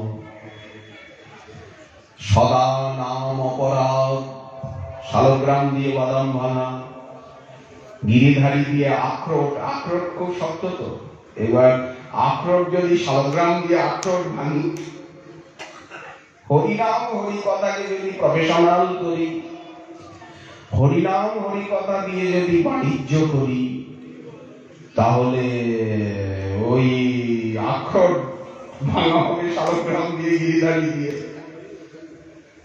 ভক্তিকে বিজনেসে প্রফেশনালে আনা যাবে না। তাই বলা হচ্ছে নাম অপরাধ, নাম আভাস। এসব জানিও ভাই কৃষ্ণ ভক্তি বাদ। কৃষ্ণ নাম করিবে যদি ভাই, হরি কথা শুনিবে যদি ভাই, বলিবে যদি ভাই, সাধু সঙ্গ কর। ভক্তি মুক্তি ত্যাগীর সঙ্গ করতে হবে, ভোগীর সঙ্গ নয়, অহংকারীর সঙ্গ নয়, অবিদ্যাগ্রস্তের সঙ্গ নয়। কৃষ্ণ নাম করিবে যদি ভাই, সাধু সঙ্গ করো। সাধুকে আমি গোড়ার মুখে না বলিলে চলে। গৌরাঙ্গের আচার, গৌরাঙ্গের বিচার নিলে তো ফল ফলে। ওই জন্য সাধু সঙ্গ করো। সাধু সঙ্গ বলতে গ্রন্থ সঙ্গ, হরিনামের সঙ্গ।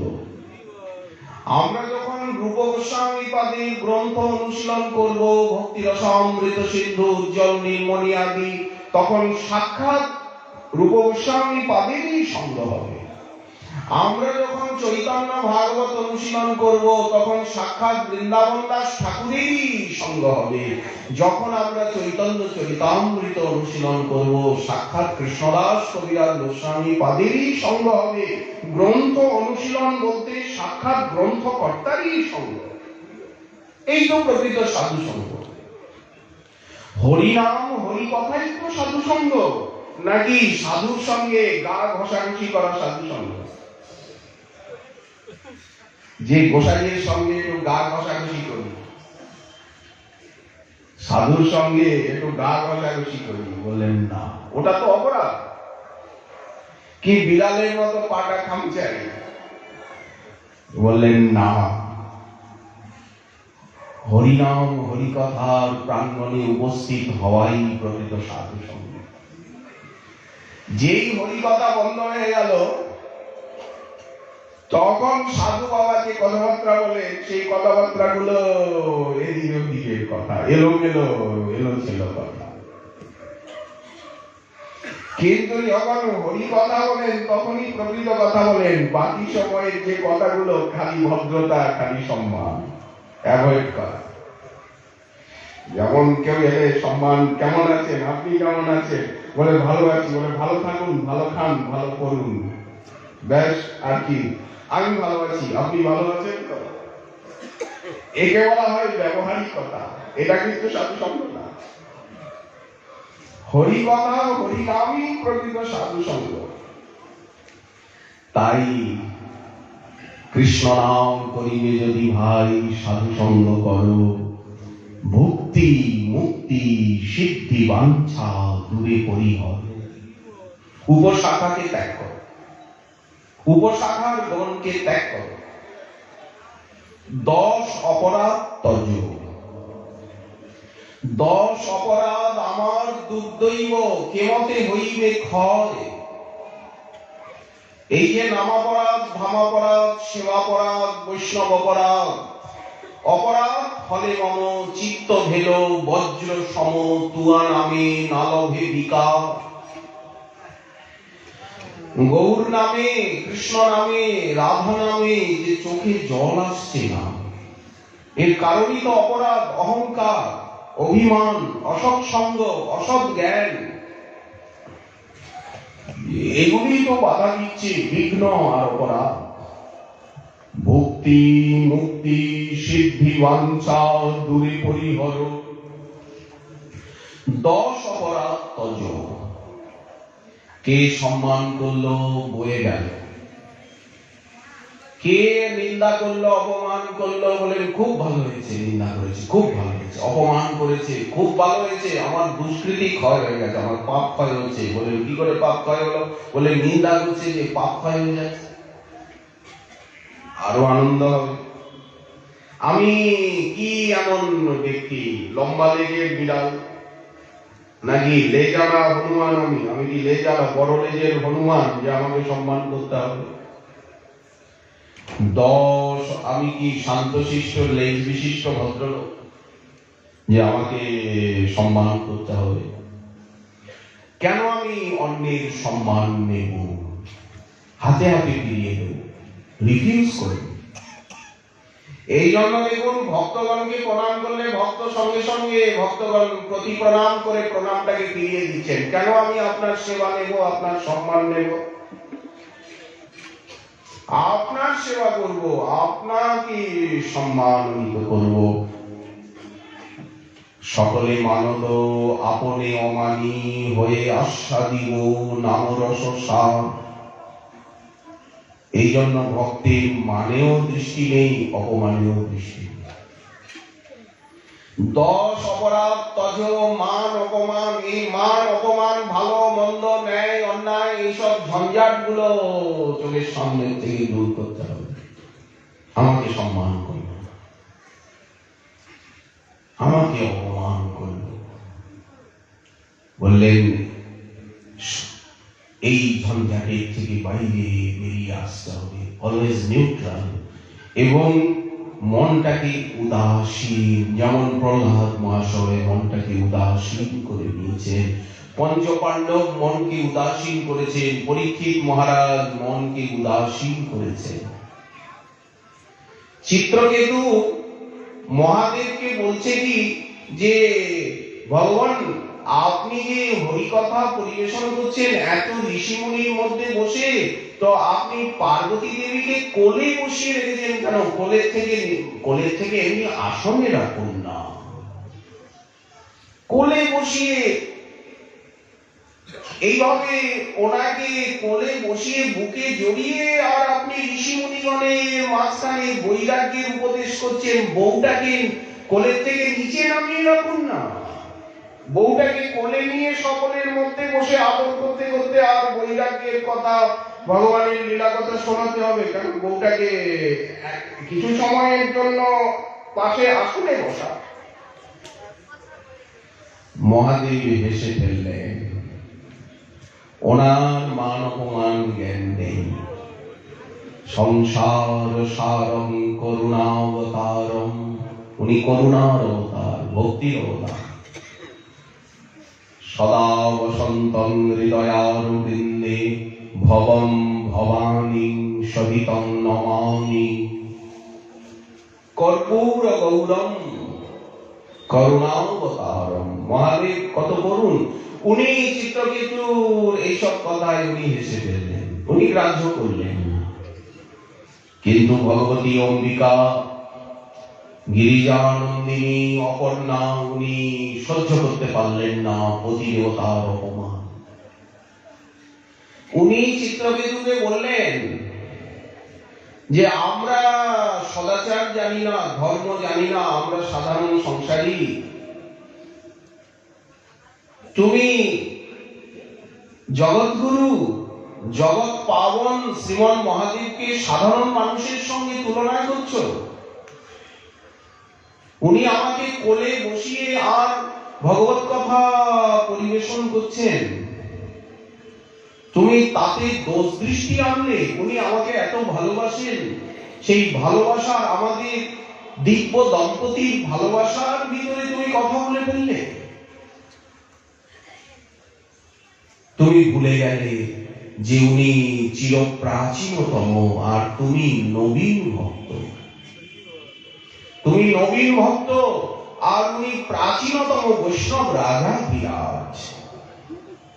আমি যে বৈষ্ণবী, আমি যে নারায়ণী, একথাও তুমি ভুলে গেলে। আমি যে বিষ্ণুর দাসী, আমি যে বৈষ্ণবী, তুমি ভুলে গেলে। তুমি কটাক্ষ করলে শ্রীমন মহাদেবকে, আমাকে। তুমি তো শুদ্ধ ভক্ত, কিন্তু তোমার ভিতরে তমগুণ কেন, তামসিকতা কেন, দোষ দৃষ্টি কেন, ছোট বড় ভাব কেন? ভক্তের ভিতরে তো এসব মালিন্য, আবর্জনা, আবিলতা থাকে না।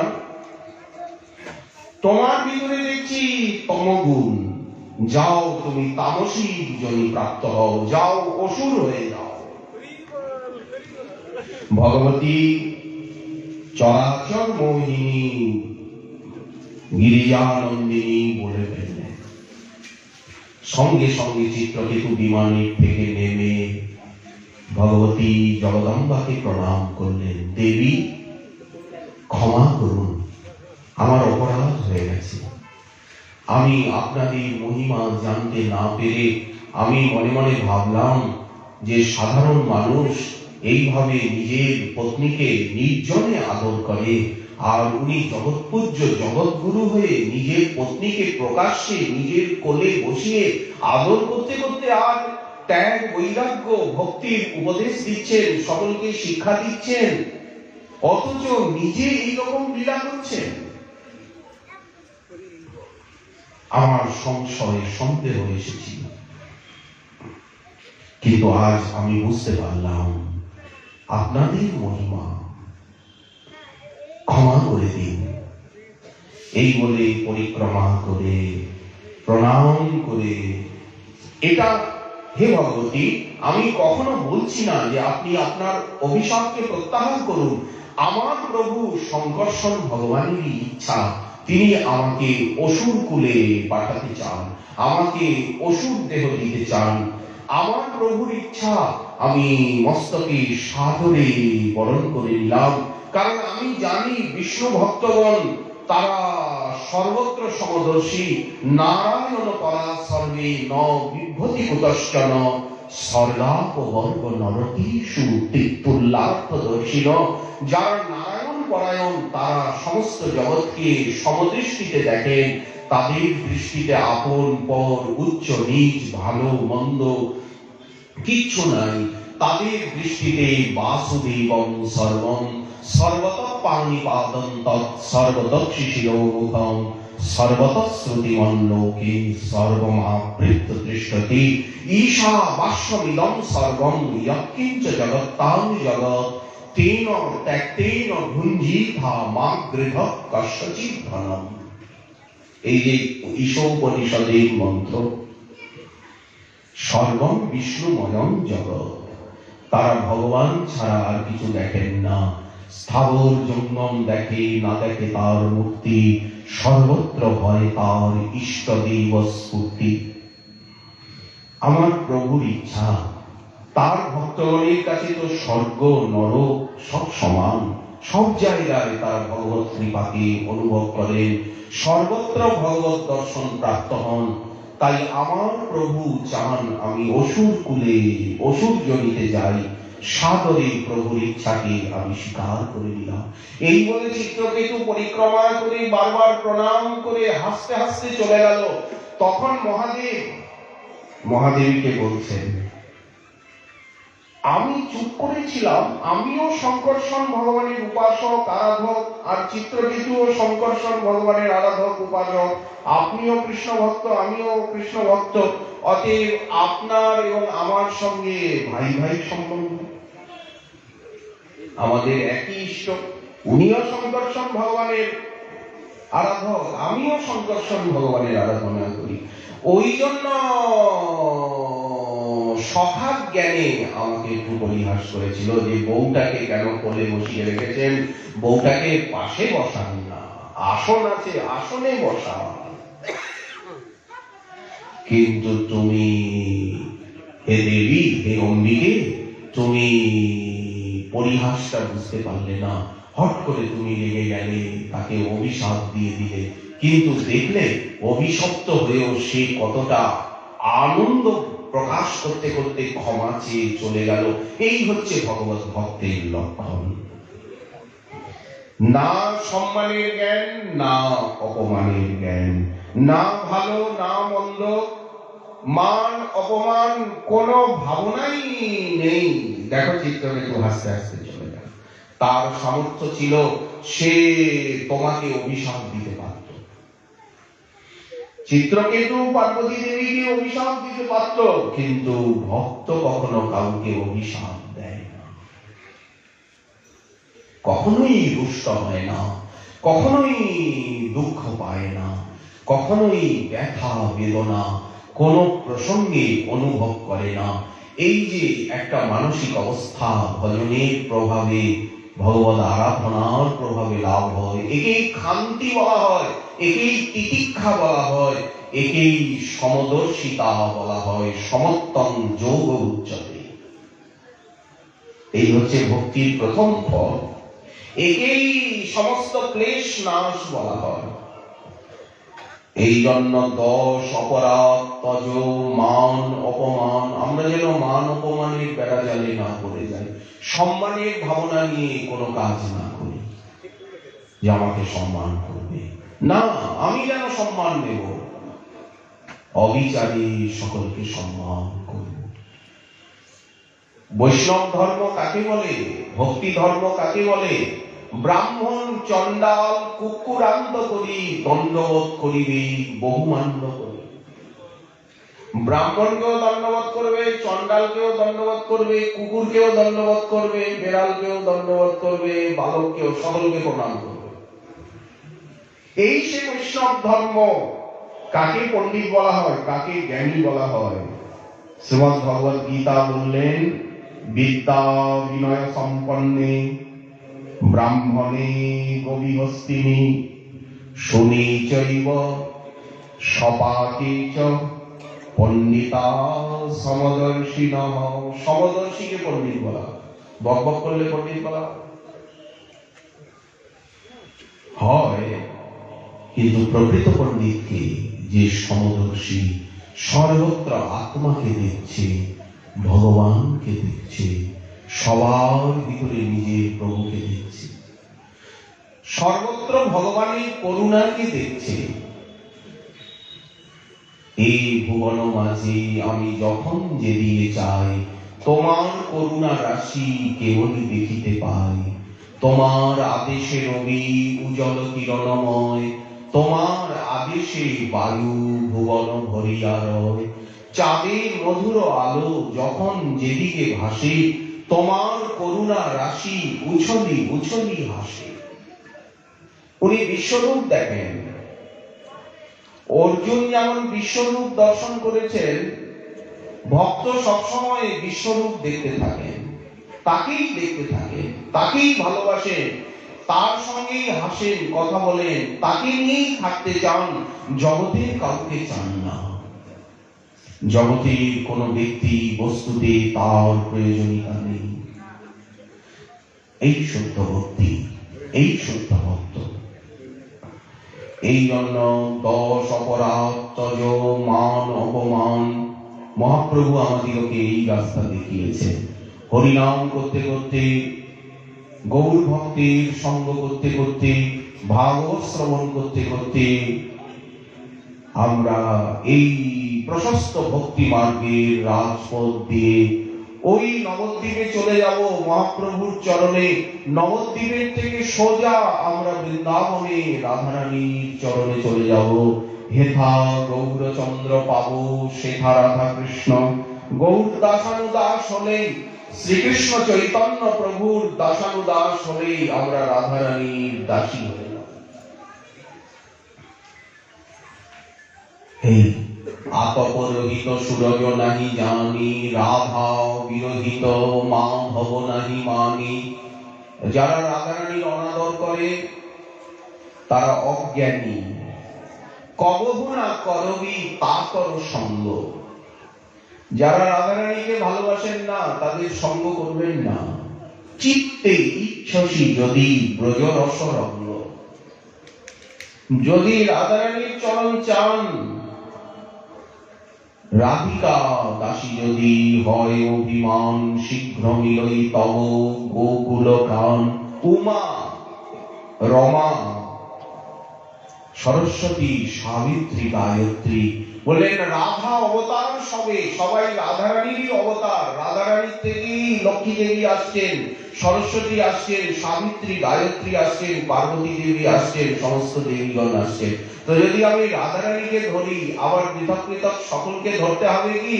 মুখে আহার দিলেই তো হয়, নাকি নাকে কানেও অন্নপ্রসাদ ঢুকাবো? যে খালি একা মুখ খাবে কেন? মুখে খালি প্রসাদ দেবো কেন? নাকেও প্রসাদ দেবো, কানেও প্রসাদ দেবো, চোখেও প্রসাদ দেবো। নাক কান যাবে কিনা?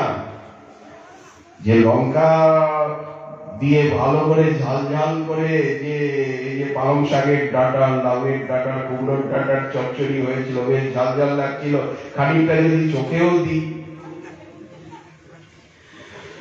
এই কথাই ভাগবতী প্রাচীন বর্হিকে দশপ্রচেতাগণকে বলছেন। যথা তরর মূল নিষেচনেন তৃপ্পন্তি স্কন্ধ ভুজোপশাখা প্রাণাপহারাচ্চ যথেন্দ্রিয়াণাম তথৈব সর্বার্হণম অচ্যুতেচ্চা। অচ্যুতের আরাধনা করলে আর কারো আরাধনার প্রয়োজন হয় না। এই জন্য দেখুন বণিক মশাইয়ের বণিক বাড়িতে ঠাকুর মন্দিরে দেখুন নিতাই গৌর সুন্দর এবং রাধা গোপীনাথ গোপালজি এনারাই শোভা পাচ্ছে, আর কেউ নাই। আর গুরুবর্গ আছে, গোস্বামী বর্গ আছে, আর কেউ নাই। বণিক বাড়ির ঠাকুর ঘরে আর কারো, সবাই আছেন রাধারানীর চরণের তলায় গোপন ভাবে আছেন। যখন রাধারানী আছেন, যখন সাম্রাজ্ঞী আছে, তখন ছোটখাটো রানীরাও আছে, সবাই আছে। কোথায় আছে? বলে রাধারানীর চরণের তলায় লুকিয়ে আছে। গাছের গোড়ায় জল দিলে শাখা প্রশাখা আপনি তৃপ্ত হয়। প্রাণকে আহার দিলে সমস্ত ইন্দ্রিয় দেহ আপনা আপনি তৃপ্ত হয়। তেমনি রাধা মাধবের আরাধনা করলে, গৌর গোবিন্দের আরাধনা করলে সমস্ত আরাধনার ফল লাভ হয়।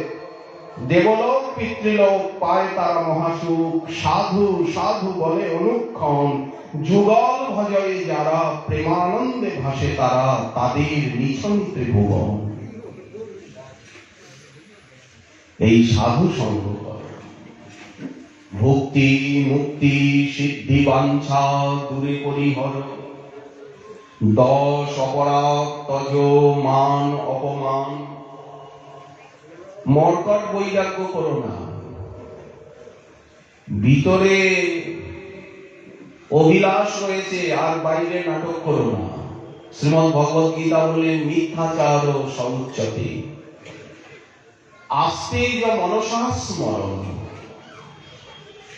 আমি যদি বিরাম তপস্বী হইও না। বিড়াল যেমন তপস্যা করছে, বানর যেমন তপস্যা করছে, বলেন ওই রকম বকের মতো ধ্যান করো না। বক জলের ভিতরে ঠ্যাং উঁচু করে আর ধ্যান করে। ও মা, পায়ের তলা দিয়ে টুক করে যেই মাছগুলো ভাবলো ইনি তো ধ্যান করছে, ইনি তো আর হিংসা করবে না, পায়ের তলা দিয়ে যেই মাছগুলো পালাচ্ছে সঙ্গে সঙ্গে বকের ধ্যান ভেঙে যায়। বিড়াল বলে যে আমি তপস্বী হয়েছি, আজকাল আর স্বভাব চরিত্র বদলে ফেলেছি। বিড়াল বলল আমি স্বভাব চরিত্র বদলে ফেলেছি, খাওয়া দাওয়ার সূত্রে দিয়েছি, ভাঙা বেড়া আর আমি এখন খুঁজি না। বিড়ালের মতো তপস্বী হইও না, বানরের মতো ত্যাগ করো না। বানর গুলো যেমন কত বড় ত্যাগী।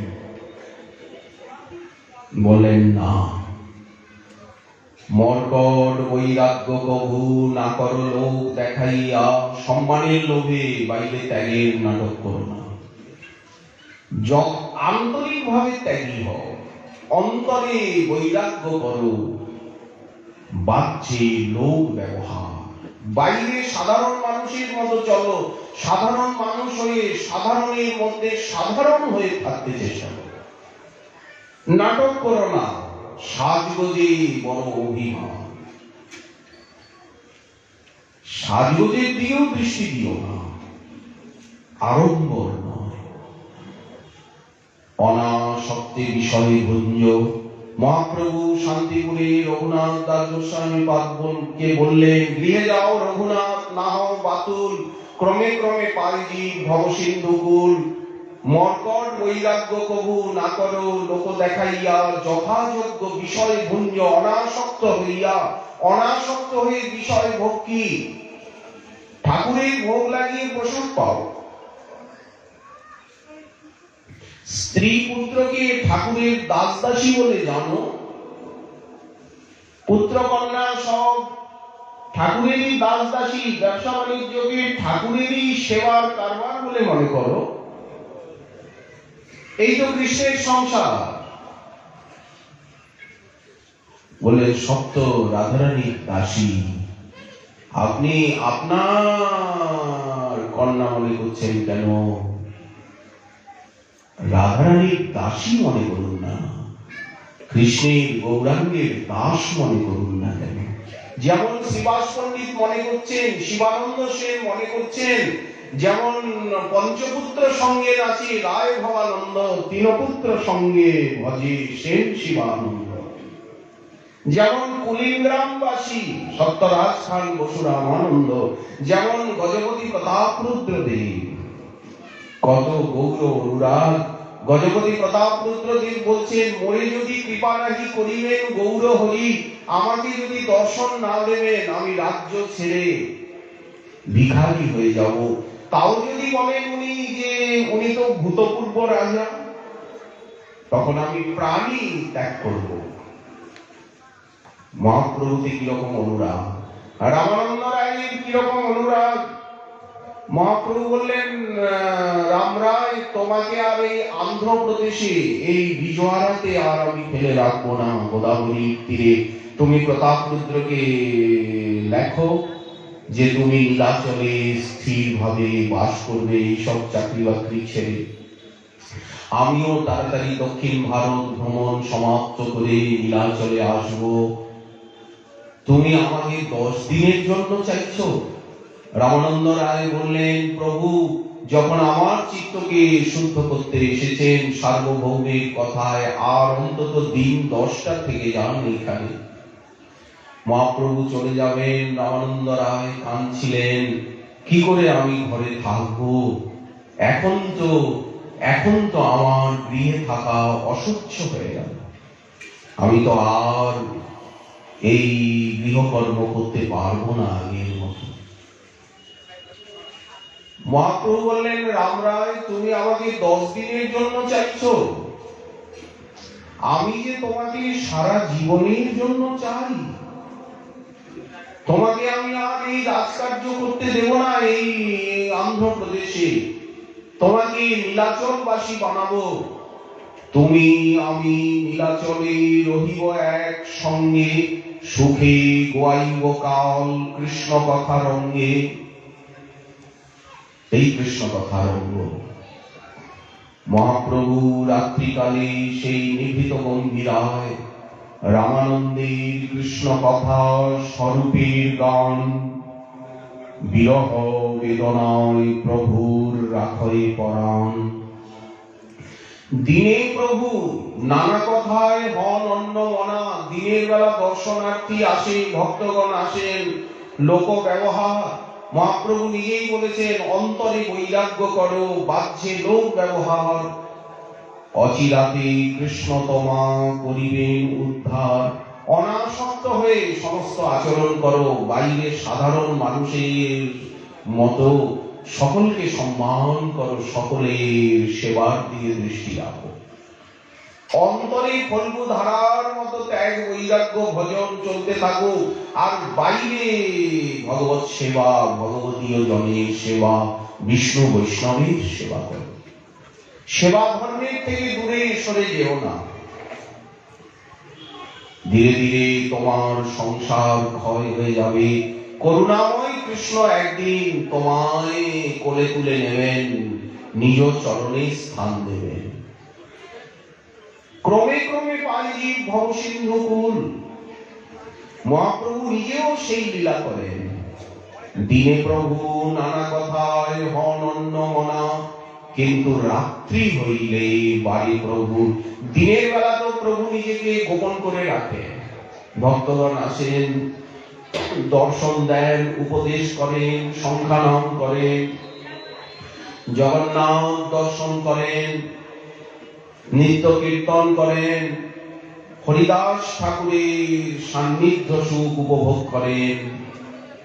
কিন্তু রাত্রি হইলে, সন্ধ্যাবেলা ভক্তগণ মহাপ্রভুকে ঘিরে বসেন।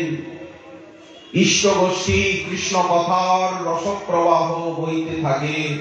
একে একে ভক্তগণ বিদায় নেন সেই নিশুতি রাত্রি। তখন মহাপ্রভুর মনোভাব প্রকট হয়। রাত্র হইলে বাড়ি প্রভুর বিরহ বেদনা। তখন রাধা ভাবে বিভাবিত হয়ে প্রভু বিলাপ করতে থাকেন, কাঁদতে থাকেন। মিটমিট করে একটা মাটির প্রদীপ সেই গম্ভীরা মন্দিরের কুলুঙ্গিতে জ্বলে। গোবিন্দ দাস মহাপ্রভুর সেবক কেউ নেই সেই নিভৃত গম্ভীরায়। সেই মহানিশায় রামানন্দ রায় আসেন আর সর্বদামোদর। কৃষ্ণ কথা এবং গানের প্রবাহ বইতে থাকে গম্ভীরা মন্দিরে। রামানন্দের কৃষ্ণ কথা স্বরূপের গান। বিরহ বেদনায় প্রভুর রাখয় পরাণ। কত রাত্রি কেটে যায় বিনিদ্র রজনী। গান শুনতে শুনতে, রামানন্দের মুখে শ্লোক শুনতে শুনতে সকাল হয়ে যায়। আর বিশ্রাম নেই। সিন্ধু স্নানে চলে যান প্রভু। জগন্নাথ দর্শনে যান শ্রীমন্দিরে। ঘন্টার পর ঘন্টা গরুর স্তম্ভের পিছনে দাঁড়িয়ে জগন্নাথকে দর্শন করেন। গরুর স্তম্ভের তলে ছিল এক নিম্ন খালে। সে খাল ভরিল অশ্রু জলে। গরুর স্তম্ভের নিচের তলার জায়গাটা একটু নিচু। মহাপ্রভুর চোখের জলে গরুর স্তম্ভের নিচটা ভিজে যায়। তাহলে কত চোখে জল। জগন্নাথের সঙ্গে কত কথা বলেন। হরত্বং সংসারং দ্রুততরম অসারং সুরপতি। হরত্বং পাপানাম বিততিমপারাম যাদবপতি।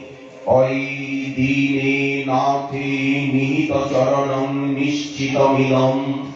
জগন্নাথ স্বামী নয়ন পথগামী।